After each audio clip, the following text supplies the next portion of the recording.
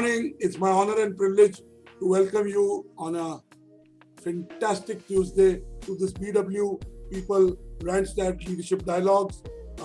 Randstad Leadership Dialogues have become quite a hit, and you can see at the participant count already at 120 within 10 seconds of joining.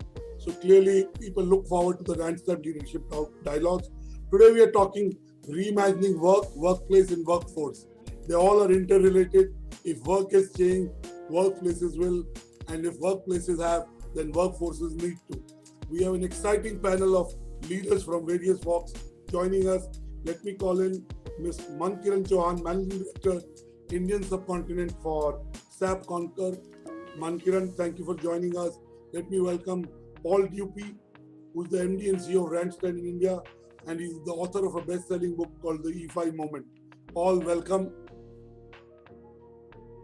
Mr. Dupuis. Thank you, Anurag. Great to be here. Yes. We also have Ms. Pallavi Tyagi. She's the CHRO of the Capgemini in India. Welcome, Pallavi. Thank you for joining us. Last but not the least, we have Dr. Rahul Kalia, who is the Medical Director of the International SOS in India. And today we are talking about safety back to work, or safely back to work. So clearly, Dr. Kalia's experience will come into play, and all our panelists complete the conversation. Now, let me start by saying that, we would say flexi work. Now, we used to call it work from home. I don't call it work from home. We can work from anywhere. It can be in a hotel lobby. It can be a coffee shop. It can be home. And the flexi work will only get accentuated because we've discovered the advantages of that. Having said that, I also believe Paul has been talking for the last 3 months about the concept of presenteeism. Presenteeism is not engagement. And sometimes engagement doesn't even come from work from home or flexi work. It works for a certain set of colleagues who are self-motivated, self-starter, but it doesn't work for a lot of colleagues. And there are practical issues also, like when you talk of entry-level jobs, they have a single home, both the parents could be working, and they have 2 children who need 2 separate rooms for their studies. So for them, actually going to the office may be a better idea for them to work and for their peace of mind. So we have to be hence safely back to work. So today we will discuss safely back to work. Let me bring in Dr. Rahul Kalia first and ask him. Dr. Kalia, tell us what has changed in the last 6.5 months and how do we get back safely to work? Well, thanks, Anurag. Pleasure to be here. I think the past 6 months have been a roller coaster. That explains it all. I think there have been ups and downs. The G forces have increased and decreased. And all of them have been related to the surge in the pandemic and the surge in the infodemic. I think our anxieties have by far, gotten the worst of us. So that's been, in a summary, the past 6 months. We all, as of now, understand the challenges that COVID poses. COVID is a small virus, but the pandemonium it has caused is something that we are reeling under. It has impacted every aspect of our life, personal, social, and professional. So for the purpose of this discussion, I'll maybe limit my pointers to the professional space. Return to work for a lot of us is a misnomer because we've been working from home, right? So we're not returning to work anyway. I mean, I was corrected by a colleague out of US, but I used this expression accidentally, and I said, so what are your return to work strategies? He said, I have been working from home. It's my return to office strategy that I want to talk about. Of course, I stood corrected, and I would like to bring that connotation here as well, that it's, of course, return to offices and operations, which we need to look at structurally.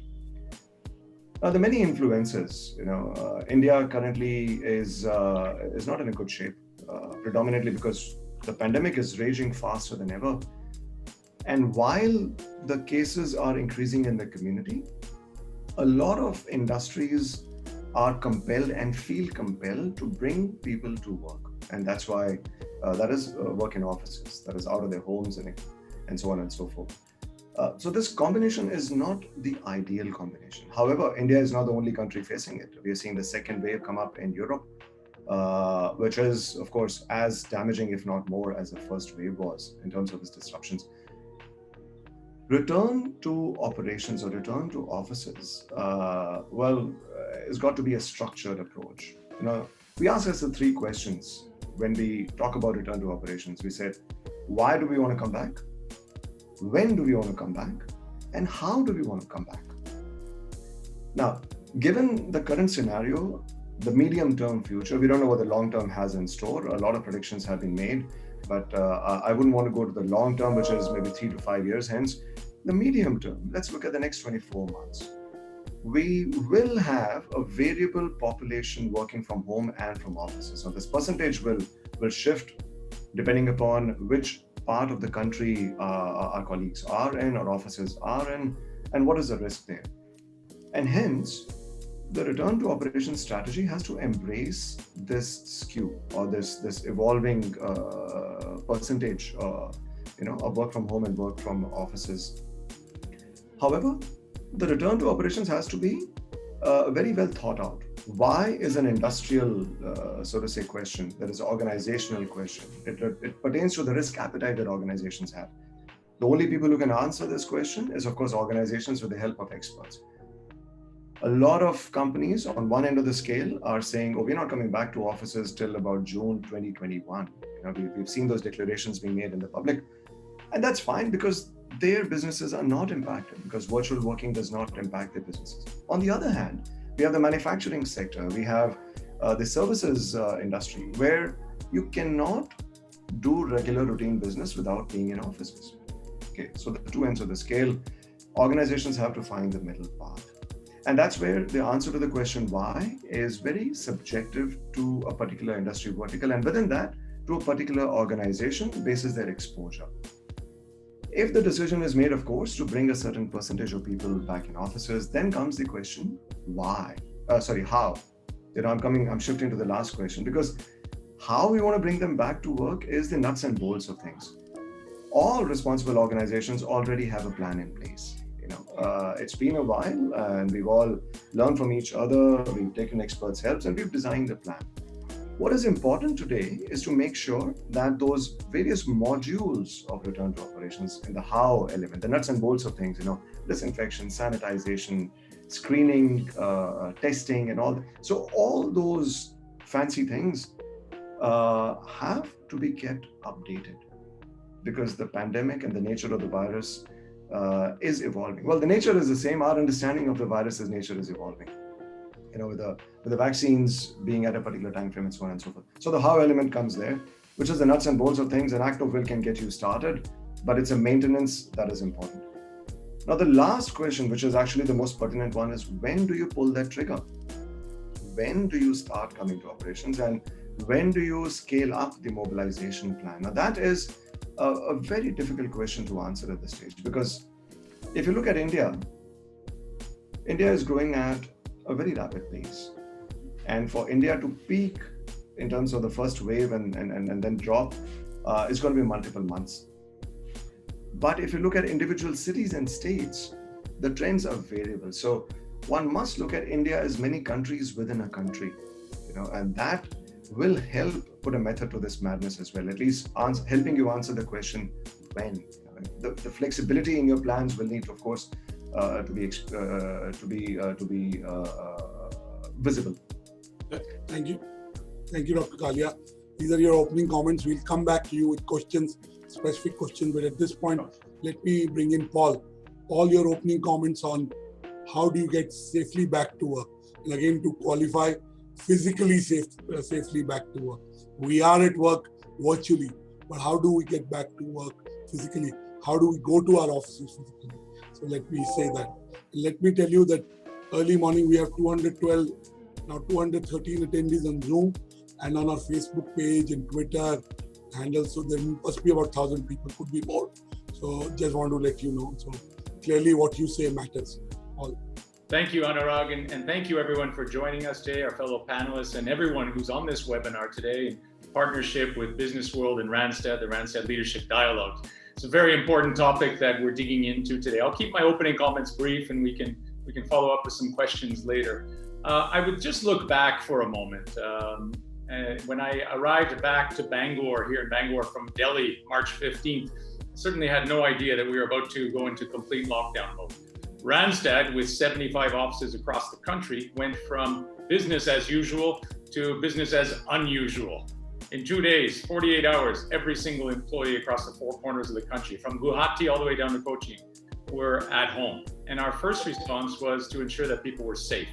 And I've been meeting and discussing with a lot of CXOs over the past few months. In fact, my last count, I'm at 500 face-to-face, one-to-one meetings so far since March, all virtual, of course. And I'm hearing the same story. All leaders shifted into let's protect ourselves and our people immediately. That was the first phase, so safety. Then we looked at how can we engage, and the engagement activities have been remarkable. I must say, working for a global company like Randstad, India is constantly in the spotlight of Randstad with all the cool initiatives that we do here on engagement. Everything from launching a radio station to Zumba to yoga and cooking and so on. I mean, incredible creativity in India, the most connected country perhaps on the planet. And then we shifted to productivity. How do we continue to move the wheels? And to Dr. Kalia's point about we never really left work, I think we all agree that we're busier than ever. So the next phase is really about what's next, and that's what we're here to talk about today. How can we continue to ensure that people are safe while also moving the wheels more quickly? Productivity, output, getting the economy going, protecting lives as well as livelihood. That's where we're at now, and that's what we're going to focus on today. Thank you, Paul, for being brief. And I started with Dr. Rahul Kalia, but in the second round, I'll start with whoever is last. So it will be equalized. So don't think if you're second, third, fourth, it will become first, second, third. I want to mention that I do a daily TV show and I get guests, but it gets equalized by the end of the day. Let me bring in Mankiran, your opening comment, Mankiran. Thank you for having us, Anurag. I think both with what Dr. Kalia and Paul have said, there's a lot of contemplation happening about the when and the how and the shift from productivity to the well-being of our people. The world certainly shifted beneath our feet this year, it feels. And I think it's also compelling organizations to do things differently. There's been a tremendous amount of conversations I've been involved with where people are challenging the very premise of how things got done, whether it was how books got closed or whether how you looked at inventory or what you thought was capable, just as a normal means of things or policies that you've relooked at. So I think with this discussion of coming back to work, there will be a lot of changes we will expect, and I'm sure we'll talk about it eventually. But I think employers have to support the need of this already new talent that was in the business, the millennials that we were talking about, the Gen Z workforce.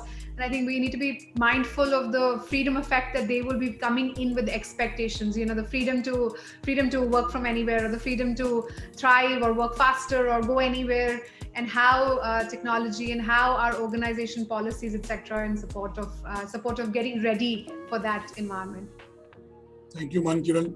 Let me bring in Ms. Pallavi Tyagi, who is the CHRO of Capgemini in India. Pallavi, your opening comments. Thank you so much, Anurag, for having me on this panel today. As we headed into the pandemic, we went into work from home, and we enabled 95% of our employees to work from home very, very quickly. We also ensured that the productivity did not get hampered or impacted as a result of the shift from office to work from home. We had flexi work options even much before that. We had gone into the work from home scenario for all employees. So it's not a very new situation for us where we would have employees working from office and working from home as well.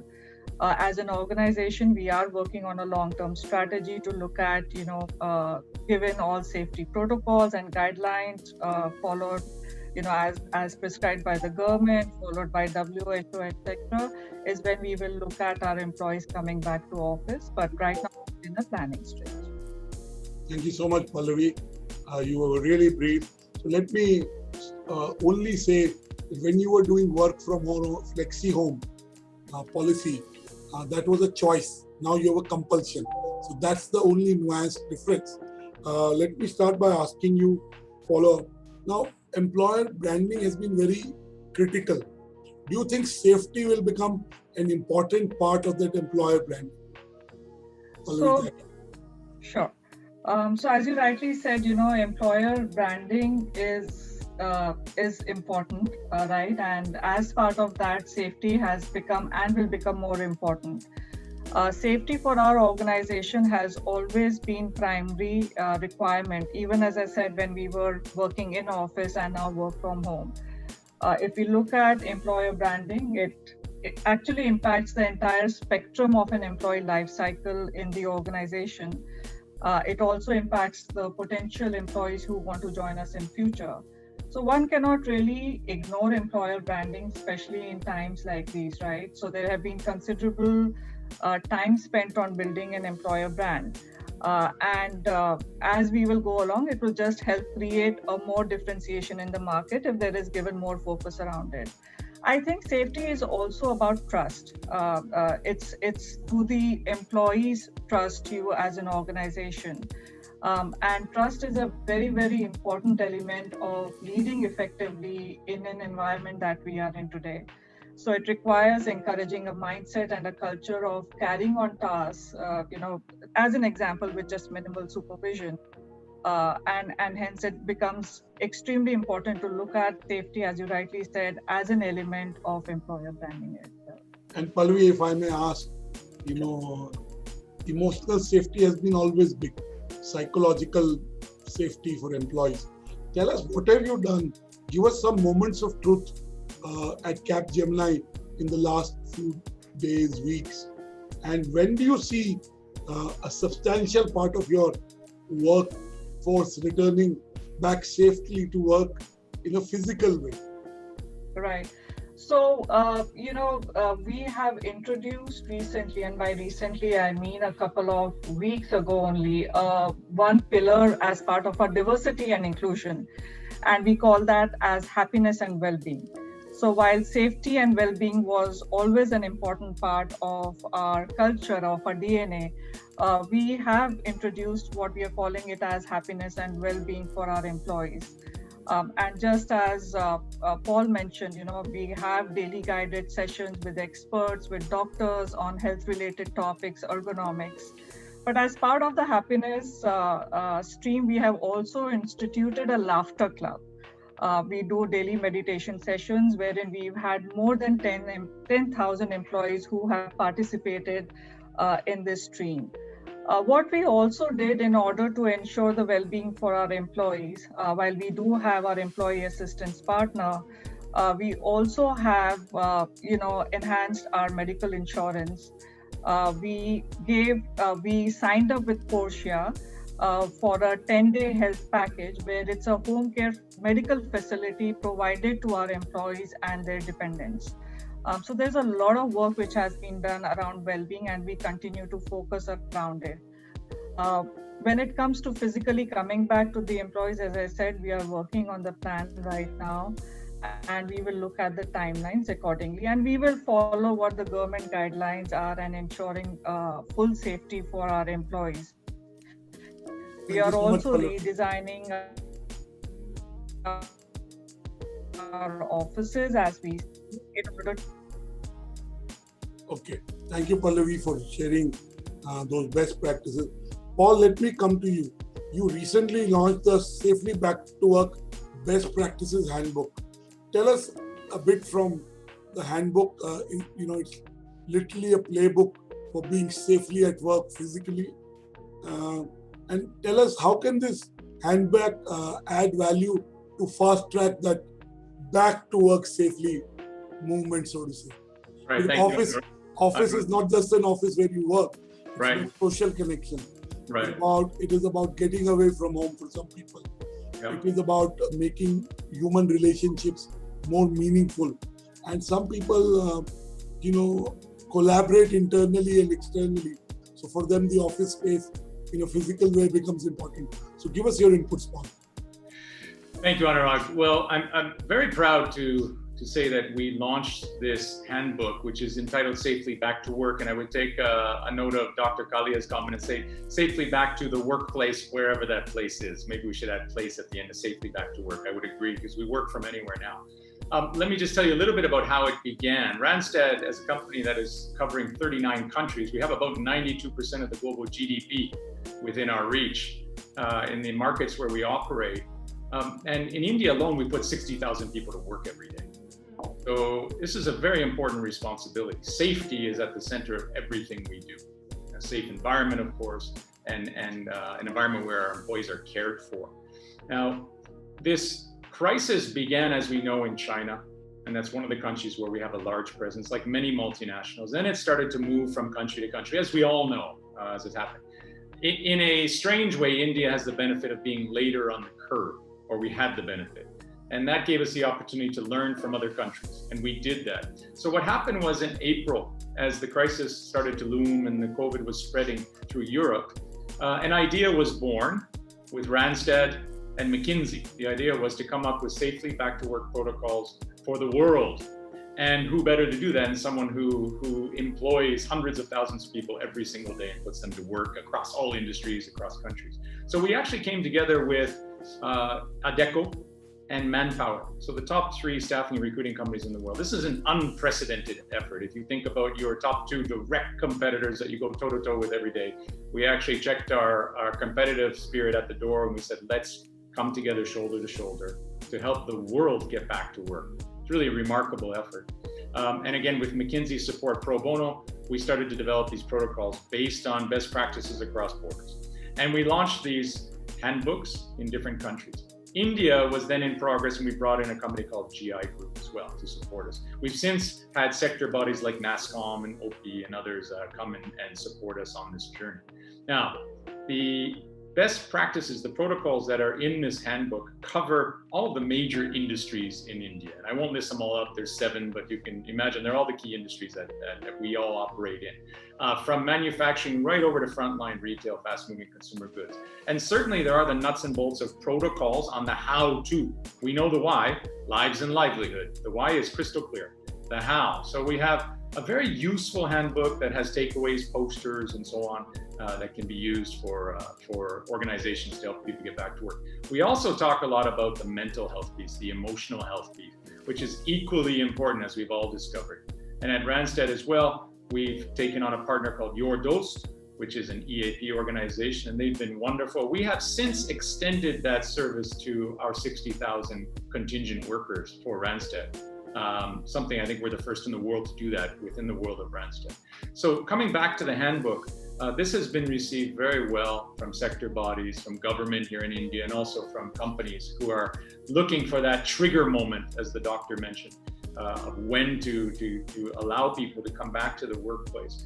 And of course, everyone who's participating in the webinar today, you will receive a link after the webinar where you can download. I look at this as open source code. It's for everyone. No one owns it. We all share it.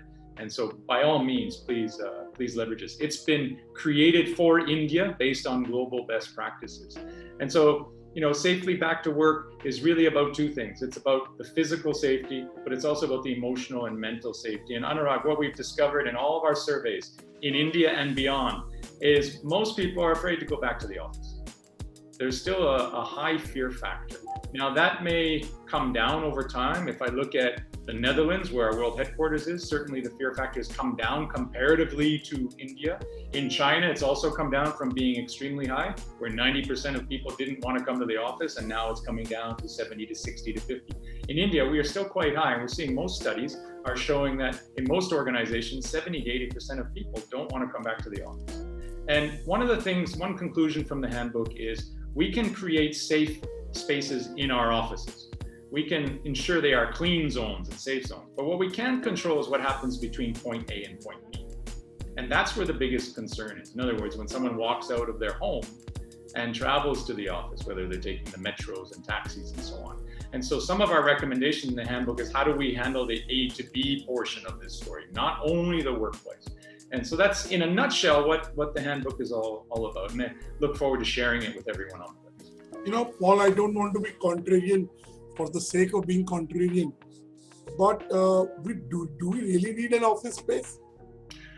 So another great question. I happen to be leading a global, what am I going to call it? I don't like the word project, a mission, which is future-proofing the way we work for Randstad. So I'm leading this across the world of Randstad. And we are questioning the very notion of what you just asked me, Anurag. Do we need an office? Do we need office space? Now we know there are large global companies in India alone that have reduced their footprint significantly. One company announced they're reducing their space by 1 million square feet in India alone.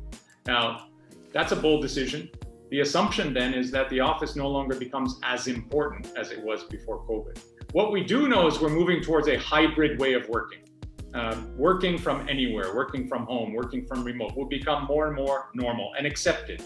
And so I think the simple answer to your question is the office becomes less important as a place to do work. I believe that the office will be redesigned and repurposed as a place to collaborate and celebrate. I love that. Office is a place to collaborate and celebrate. We already have 7 odd questions for all our audience. I will take the questions around 11:20, and at 11:05 we'll do an audience poll and question. So do participate.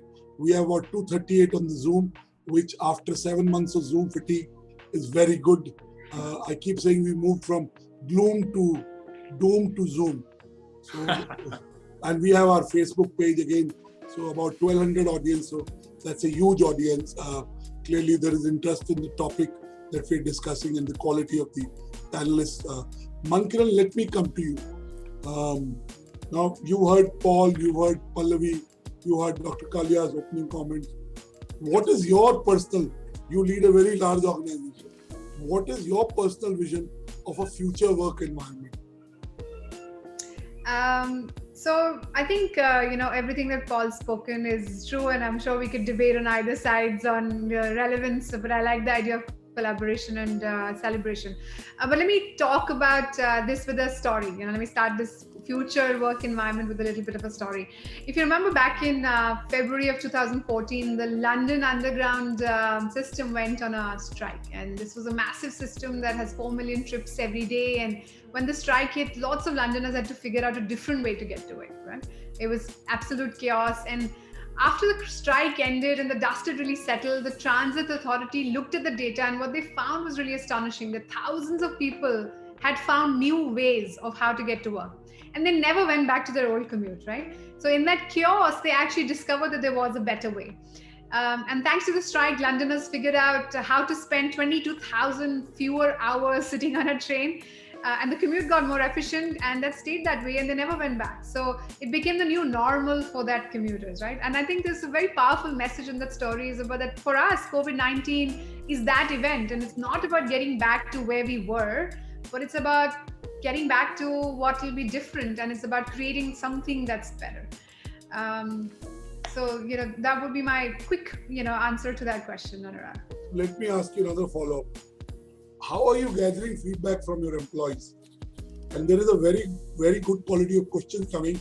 So I said I'll take it at the end, but let me ask this question to all the panelists. I think it's the best question in a while. Niyati Madasu is asking, good morning. The most pertinent question is, how do we measure performance in these times where business goal metrics are completely changed? How do we actually measure outcomes? And what is the quality of outcomes vis-a-vis physical office and a virtual office?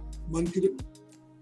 Sure, and thanks for the question, Niyati. I think from a expectation perspective, we've also, if you look through expectation of employees as well as employers, is going through this radical change. Month of March, where I know Paul said you walked out of office on the 17th thinking you'll go back on a flight the next week. I remember not taking my laptop charger thinking I'm going to come back next week, right? So expectations of employees and employers, and how that was in April in the world of doom and the world of Zoom and an over fatigue, and now getting back to resiliency. So I think it's an evolving year, and expectations have to be jointly agreed between the employee and the employer. For a lot of people, being at home has had elderly parents, young children. So the flexibility of working hours in terms of what you defined as work hours has gotten redefined. I know from my own personal perspective. Boundaryless, The expanded. The boundaryless has gotten expanded, the days have stretched, and therefore for some it has added the strain, for some it's added the flexibility. So, and it's also, it has become, very open to interpretation of what that good looks like, and making sure that transparent, open communication between both the employee and the employers in terms of what is expected. Is it the outcome or is it the hours? Is it, it is turned into this outcome-led, you're preparing for X, so you're getting this done, versus I saw you in office at 8 o'clock, right? So that shift is a good shift, and hopefully the transparency in dialogue will help create more of it. Thank you so much. Dr. Kalia, the most important thing in the last 6 months has been compassion. It has been caring for your employees, listening to them, creating their emotional well-being, holistic well-being. As a wellness expert, is there a playbook to creating this holistic well-being where you get the outcomes, but you also are very happy and looked after colleagues? I mean, it was always there pre-COVID. Tell us how do we do it post-COVID? Especially people have anxiety. People are not going to malls. They're not going to restaurants. They're not going to hotels. So clearly there is a fear of going out of home, right? So how do you address that? Well, thanks for that question, Rag. A very difficult question. I must start out by acknowledging. I can speak for an hour on this one, but just to share the crux of the matter, health and wellness strategies in organizational relevance will need to be reimagined. We were anyway struggling with mental health issues before COVID came in. Everybody speaks about mental health, but when we do the soul searching, we don't really know what we're trying to achieve as initiatives.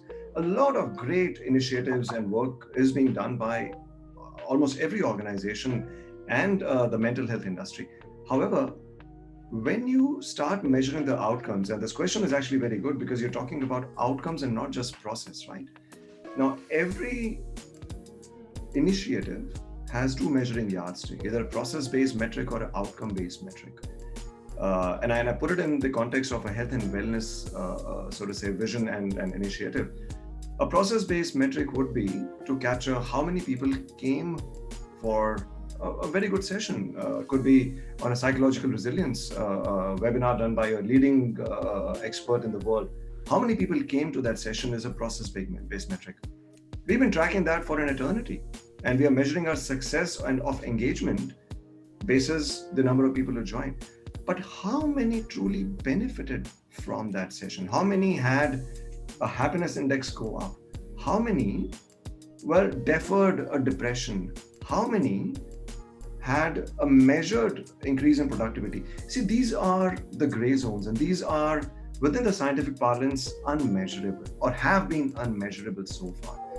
And I think moving forwards, this is an area that will need a lot of, I hate to use the word engineering in a medical context, but this will definitely need to be re-engineered. The metrics, the definition of those, we've got to start with the lowest hanging fruits. And what are the lowest hanging fruits? The non-communicable diseases. They haven't gone anywhere. We are still allowed to have high blood sugar levels despite COVID being around. Yeah, I mean, those who have diabetes, that is. So the point that I'm trying to make is that the existing problems still remain, and COVID has come in and hit us hard and added to our strain, that is the stress levels. So in summary, what I'm trying to say is that a balanced approach is definitely important. Focus on physical and mental health is very, very important because they're so interlinked. I mean, the compelled potato couches that we have become, just because, I'll cite a small story.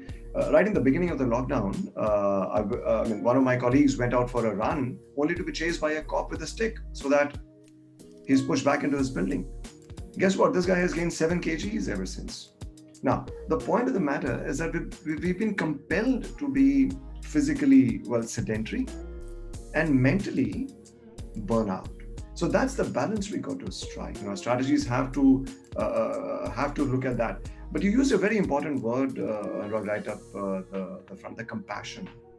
From an organizational perspective, there are multiple things that need to be done. But at the heart of it all is a culture, an organizational culture. Now, COVID is or has been a geological event. It's no different from an earthquake. It has moved things in our approach to work and life, right? Now, these are the moments that also influence organizational cultures, both positively and negatively. I think one has to be open to the fact and take this as an opportunity to enhance that considerate part of the culture, the compassion in the culture. I can see very clearly, and I'm supporting, and we as a group, as International SOS, are supporting a lot of Fortune 100 and Fortune 500 companies as medical advisors in the fight with COVID, right? And we are seeing most organizations who have that considerate culture, more visible considerate culture, are happier. They're not just worried about the employee productivity today, they're also conscious that the productivity is not a challenge. My consideration is for the employee not to burn out. So what I'm saying is we learn from each other. There is no playbook, there is no textbook, if I may, or a big 2,000-page guidance book which tells you what to do on which day for what problem. We are writing a book as we walk along. And that's where I highly appreciate, Paul, you talking about that playbook that you spoke about and these experiences that we are collecting together. Because we've got to pick up the best amongst each other and then, of course, implement that at our workplaces and, of course, in our employees' lives. So that would be my mixed answer, not a crisp one, but I hope that works. Anurag, I'd like to answer just one, add one point. There's a wonderful report, which I just read yesterday. I'd refer everyone on this webinar to check it out. It's the 2020 Global Culture Report by O.C. Tanner. Wonderful insights into exactly what Dr. Kalia just said. Talked about organizations where people feel safe physically and psychologically perform 3 to 4x better than their competitors. If you want to talk about measurable outputs, there's some really interesting data. That's O.C. Tanner 2020 Global Culture Report. Thank you so much. We'll definitely read it. I haven't read it. Thank you, Paul. Dr. Kalia, only thing I would comment is that, there is a fear factor. There's a lot of anxiety. So I think a lot of listening is required, if I may say. Leaders need to listen. And second is the self-care. As a leader, if Paul doesn't look after himself or Pallavi or Mankiran, we also have to look at the self-care of each one of us. I think that's equally important. Sometimes we burn ourselves to help other people because we like it. We want to contribute. But we have to, as leaders, also understand that self-care is very important. Like when you're in a plane, put the oxygen mask first, then you can help others, right? Simple analogy. Let me go to Pallavi. Pallavi, I want to ask you, there are about 16 questions and the count on the audience is only growing. So clearly there is some substance and takeaways from what you already have spoken. But give us some specific inputs on what your organization has done to be able to kind of give that comfort, best practices. Give us 1 or 2 inputs. And at this stage, just before Pallavi comes in, there is an audience Q&A. Please participate in it. And in about 10 minutes, we'll take all the questions. We've already spoken about trust, and I totally agree with what Dr. Kalia said, right? And what you said, self-care is important, and care for the employees is also very important. When you talk about trust, for instance, Anurag, we as an organization have gone ahead and paid our bonuses. We gave merit increases and promotions to our eligible employees. So that was the promise we had made to our employees, and we kept to it.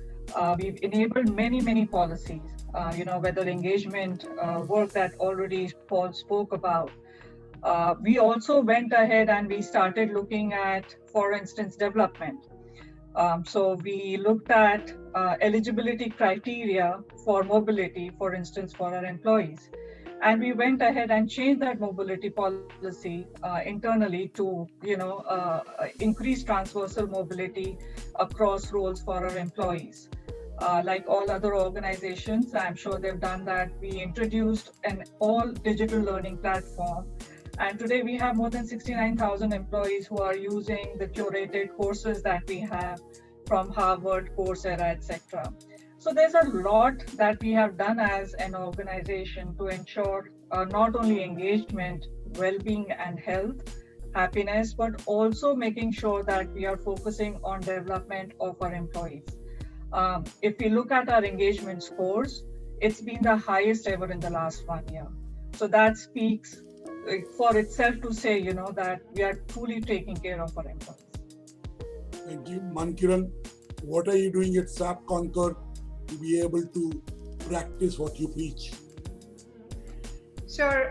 So I think, you'd asked me the question about how are we gathering that feedback as well. So, as we continue to focus on business efficiency, it's really important to remind ourselves that even with the best systems, best technology, it doesn't work if employees are in distress, right? And as we all learn to navigate this new terrain collectively, we've focused on really ensuring that the employees' concerns were heard in order for us to address those gaps. At ACP, we've done 2 sets of remote working pulse survey checks, and that input, really allowed us to have that intelligent intervention based on what the employees have been, their sentiment, their feedback, and looking at that analytics and insights into guiding them and guiding the managers on making the right employees.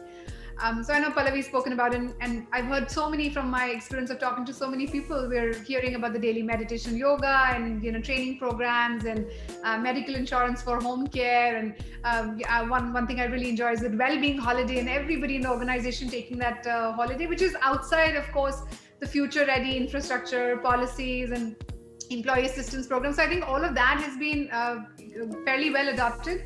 I've been at ACP for about 15 months, and there were 2 things that really stood out for me. One was this empathy for action pledge, which really is about enabling this people-centered approach, and that focuses on eliminating any complexity from the user experience so that employees can get the best experience so that they can then deliver the best experience. And the second thing was really around mental health. Never before have we put in that amount of focus collectively as the industry around mental health. And I think more the conversations get normalized around mental health, we're able to speak transparently with employees about it and have clarity and routine around this topic. We're strengthening this, this acceptance of mental health and hopefully preventing another looming crisis, right? So I think from our perspective, regardless of what the challenge is, 2021 will bring, we will never lose sight of that focus that we have, and we will continue to aim to invest in building this diverse, inclusive, collaborative, future-ready workplace where everyone's their most authentic self, and therefore they can succeed in business and ultimately help drive the ACP's mission to help businesses run better as well. Thank you so much, Mankiran. Paul, let me bring you in. Your organization works with lots of leading corporates, both Indian and multinational. Now, what are the kind of conversations you're having with your clients? Give us a slice of that. What are the conversations they are having with their colleagues?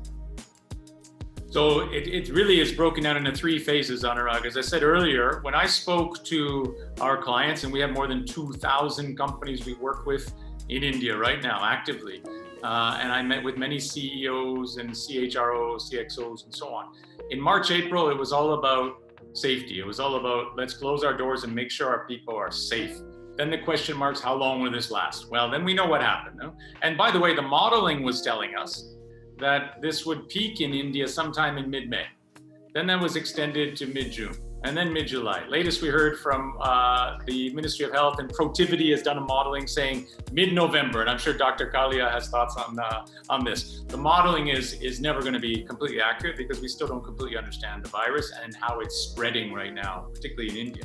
So there was the first phase, which was respond, and we shifted to safety mode. The second phase was recover. Okay, how do we now navigate through this ambiguity, adversity? We don't know when this is going to end, but we do know we need to keep moving the wheels, protect lives and livelihood. The third phase right now is what we hear a lot about, reimagining. And it's really about proactively moving forward into this new world. My conversations now are quite inspiring with companies. The one big concern, other than the safety piece, which we are addressing through the handbook and so on, is the question of the workforce. So a lot of companies have been battling, and I would say CXOs, the thing that keeps them up at night right now, the ones I speak to, is what to do about the workforce.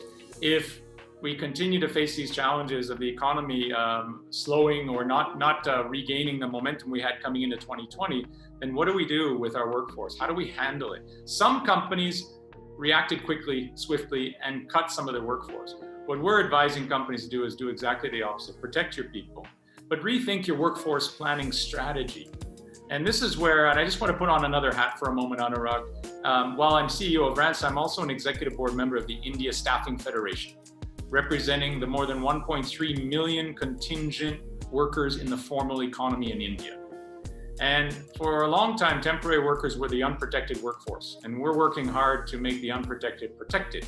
And what I've discovered is that many companies, Indian, multinational, like small to extra large, are now embracing this notion of workforce planning, more strategic workforce planning, embracing contingent labor, increasing the piece of the pie within their workforce of contingent labor, and also looking at the gig worker and freelancing and so on. So in a way, crisis brings opportunity. When it comes to the nature of work in India, clearly we see changes emerging. Thank you, Paul. I can't help but ask this question. It's not in the script. But if you wrote this book called the E5 Movement, and if you were to rewrite this book, the second edition, what would be different in it? What chapters would get added?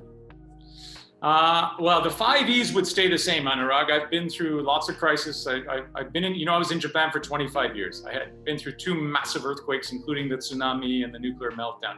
So crisis, there is something about leadership in crisis, which I think is timeless and borderless. So the 5 E's would stay the same.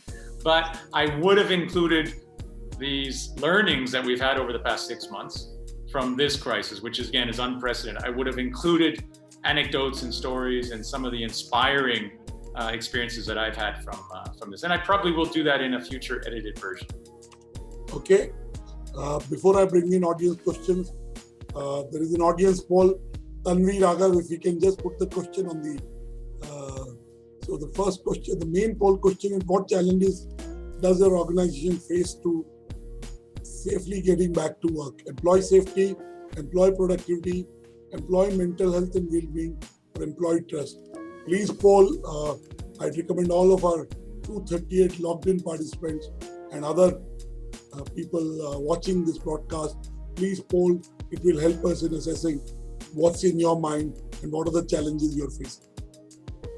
I'm getting questions on the Zoom webinar chat. Employee trust. So clearly vote in the poll. Kavita, vote in the poll. I got your answer, but vote in the poll. Now I want to ask you a last question and then bring in the audience questions. I have 21. I'll try to see how many we can bring. But the whole idea is interactive. Let me start with Pallavi. Pallavi, if you had to make a prediction about the future of work and getting safely back to work, what would that be? So for me, I think it will be a mix, Anurag, honestly. As I said, we had flexi work options, and to your point, we also had employees who were working from office at that time. We moved totally work from home. So I think, there will be some coming to office to work, some working from home, taking the flexibility again as they had in the past. But definitely what we do see is that a large portion in the entire employee population can now work from home. So that definitely has got proven as well. So for me, it's going to be somewhere in between. It's not going to be an either or. Okay. Dr. Kalia? Well, change is going to be the constant. I believe while the plans are going to be where they are, everybody aspiring to put more focus on employee safety, and rightfully so. Gain employee trust. I'm reading the questions and they're so relevant. While staying relevant from a business standpoint, right? So this balance will continue to shift. In challenging geographies like India, where the infection is just getting a stronghold, and to your earlier point, Paul, all predictive modelings have fallen flat on their faces because garbage in, garbage out, they're all dependent on only numbers, only data, and that's not something that we as a subcontinent are very strong in, right? So the future, well, resilience will truly be tested. We thought we'll all get into Diwali and wear the clothes that we like for our Diwali get-togethers in offices. Well, guess what? We are now looking at maybe doing that in next Diwali. To your earlier point about collaboration and celebration in the workplaces being retagged as. So again, resilience will be tested. I think the mental health, I'm going to focus on the health aspect of it. Awareness on the mental health issues is rising, and I think we should fuel that fire. You cannot solve a problem if you don't know of its existence. You cannot implement a change if you don't know what the magnitude of the problem is, and that's where I think the mental health issues are at. I firmly believe a lot of measuring needs to be done on the mental health problems that lurk around, so that you can efficiently target them. I firmly believe that this COVID era will teach us how to measure the problem, and of course we will need to implement those health and wellness changes to continue solving the problems in the future as well. Okay, So, Rahul. change going to be constant. Thank you. Change, resilience, and measuring how we are adding to the mental well-being. I think that's what I'll take away. Mankiran, your prediction for the future. I think to win in businesses, we will first need to win in the workplace. And I think we need to be therefore really looking at, I think back to the conversation I was earlier having about working different. Our workplace and the workforce is going through this massive seismic change, and I expect there will be massive change in expectations when they come back to work as well. And I see them in 4 phases. 4 big phases at least. The first one's really about this whole self to work, right? Like we're all working with video conference calls with children, family, pets in the background, and lots of times we're getting to hear and see details about other people's home lives that we weren't really privy to before. So it doesn't mean that employees will want to bring their whole self to work, but I'm sure many of us will prefer to have that strict personal and work boundary. But from an organization perspective, we will need to be we should be expecting employees' expectations around it, and therefore, what are we doing to adjust with it? Thank you so much. Sure. Go ahead, make the second one. I thought you were. So I'll very quickly talk about 2 other points. I think is about the workplace flexibility. It's really about that arrangement and this.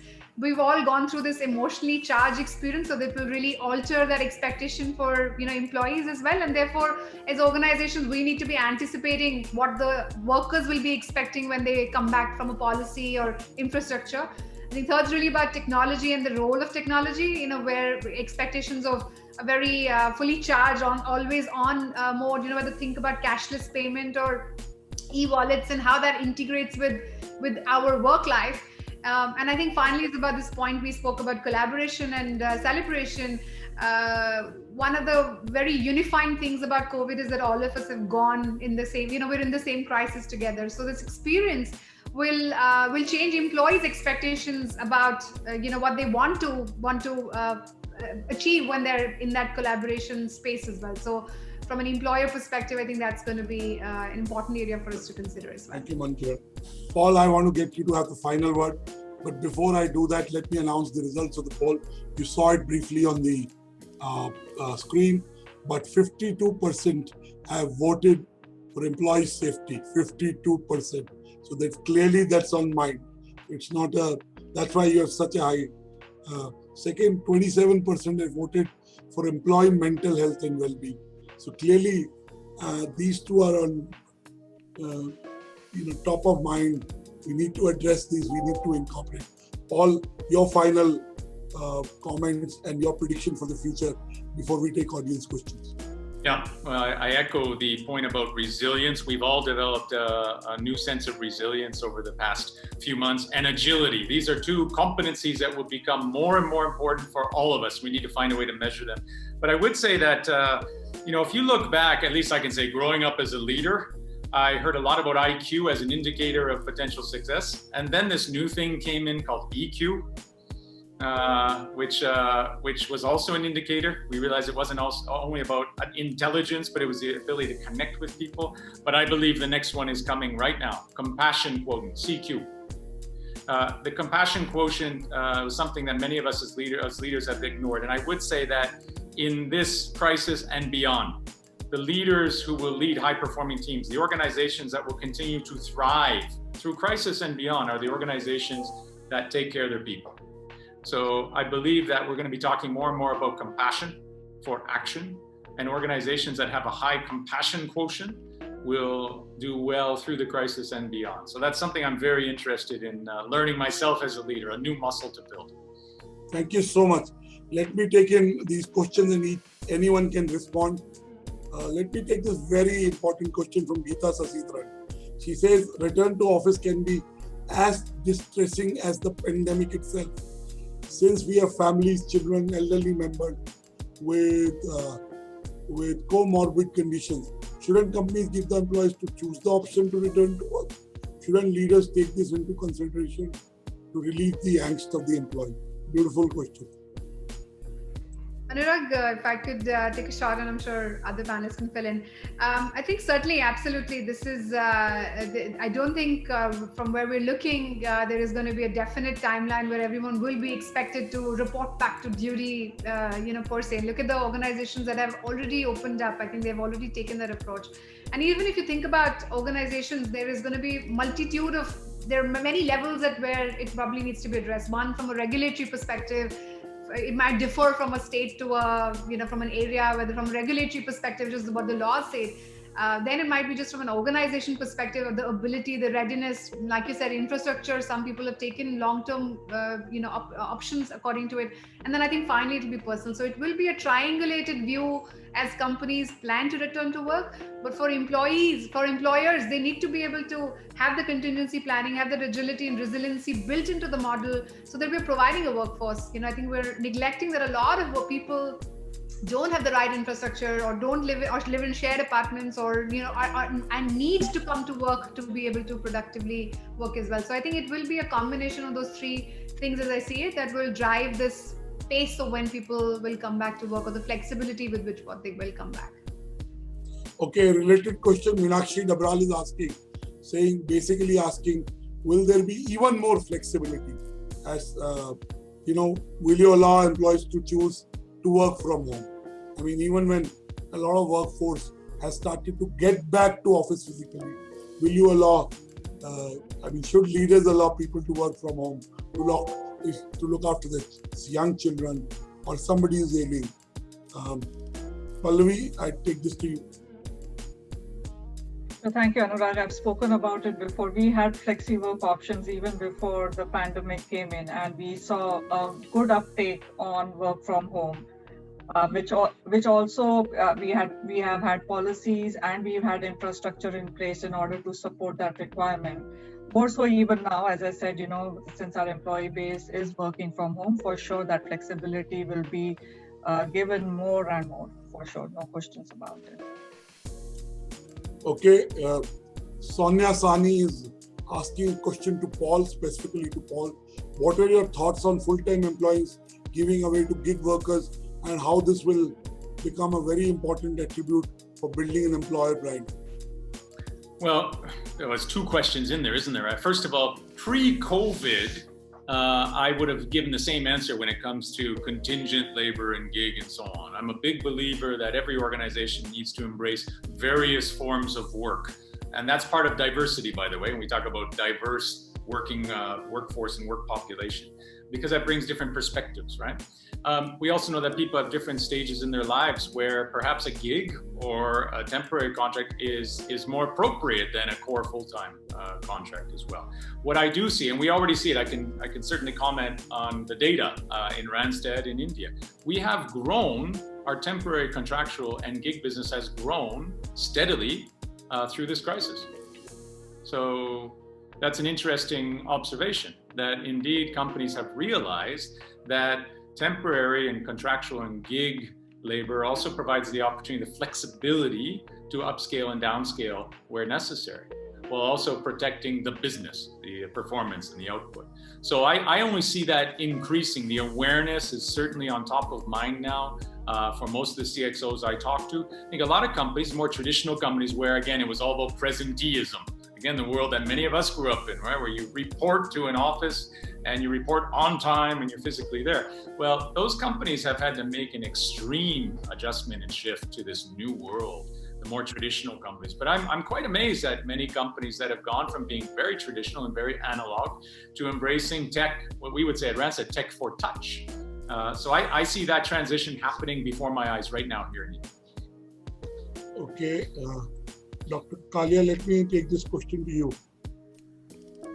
Sanjay Jain is commenting and asking a question.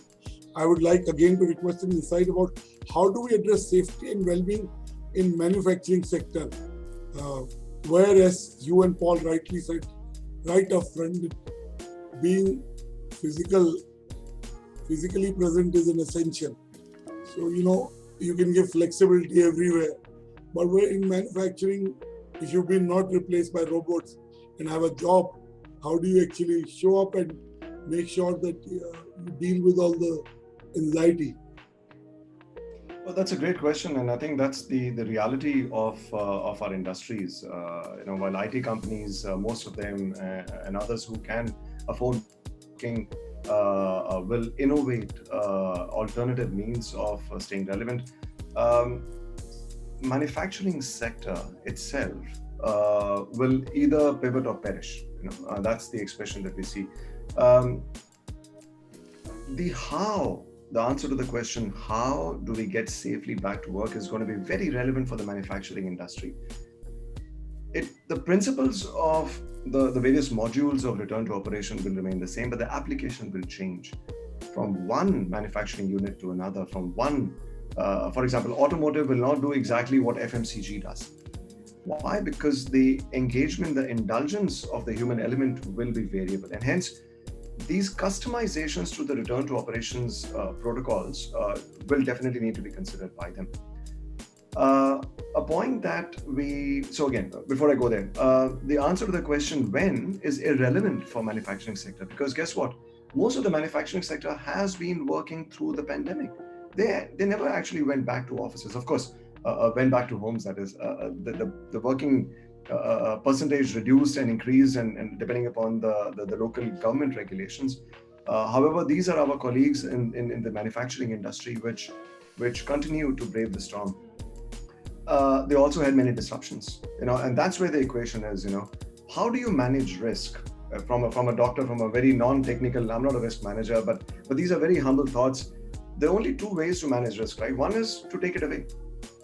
Most of us did that by not exposing our employees on the company time. In the personal spaces, they choose to get exposed, and that's fine. But on the company's time, you don't expose them on company's role. However, if you can't take the risk away, and that's where the manufacturing sector comes in and many other compelled industries come in, then you got to mitigate the risk. And the answer to those questions of when and how are very relevant, because the why for them, why do we want to get back to work for them, is for relevance, right? So that is the answer. It's about when do you increase the mobilization and how do you make the workplace safe? A lot of leading organizations are endeavoring to be able to go on to a town hall, the senior most leader of an organization to go on a town hall and say with confidence that, guys, your workplace is as safe, if not safer, than your home. For you to have that confidence in ticking that box of saying that you haven't just done it on paper, but also on ground, is a lot to go by. And that's what the manufacturing sector will need to focus on, and just to make it sustainable. Minimize disruptions, follow diligence. There are lots of questions. I'm not going to take general questions and comments. We'll be here whole day, which I'd love, but I think very busy people on the panel, so I'll let them go after some time. But there is one question from Geeta Sasidharan. I'm taking her, she's asked 4 or 5.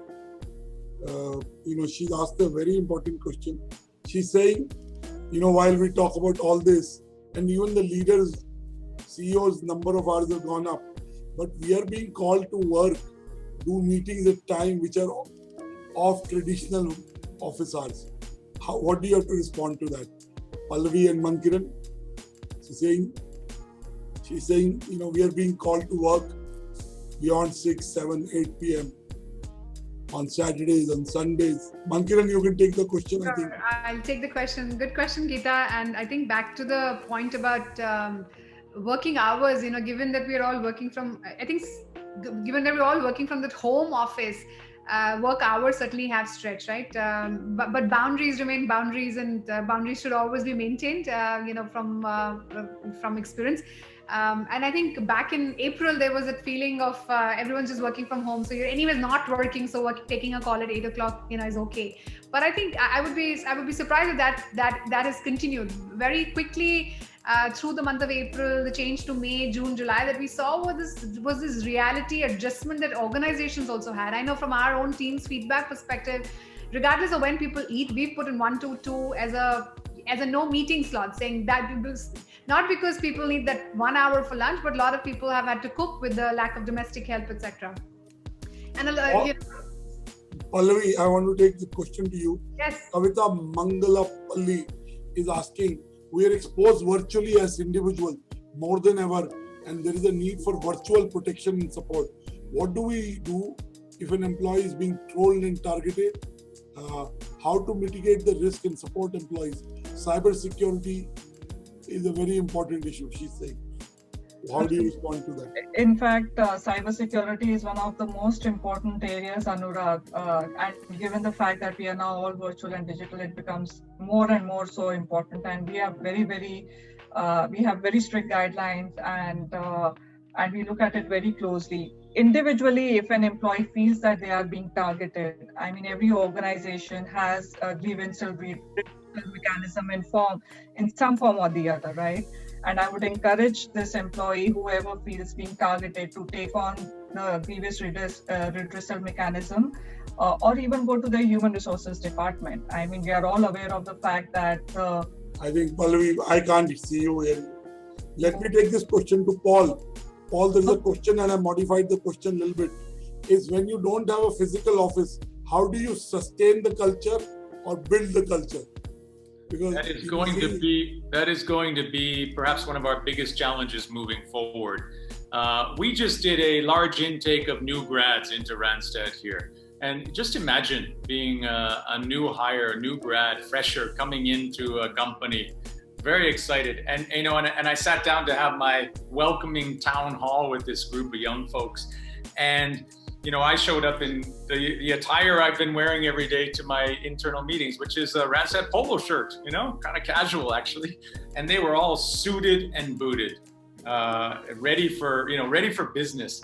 And I thought, wow, this is a young, eager, aspiring group of people. And how do we engage with them without actually being with them? This is all brand new to us, Anurag. And I think we're learning as we go.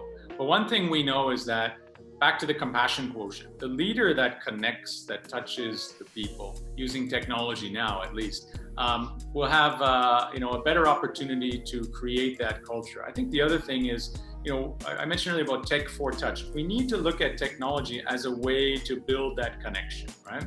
And clearly, we need to also give people a voice. And what many leaders have done is fallen in the trap of micromanagement, because this was all new to us. We just started to manage calendars and manage schedules and make sure all the time was accounted for. But I believe that one way to address that is to go the opposite way, to give freedom in the frame, to give freedom to people to experiment.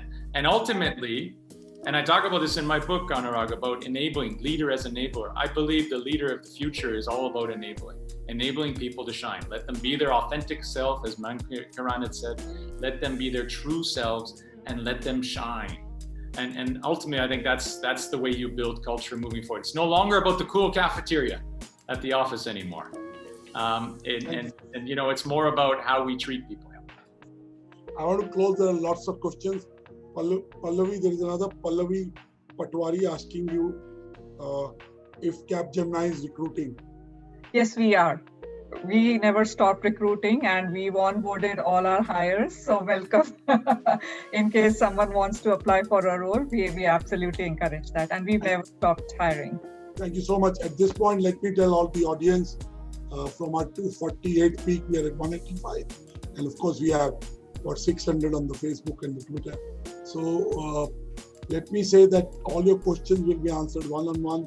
The video recording will be sent to you on mail.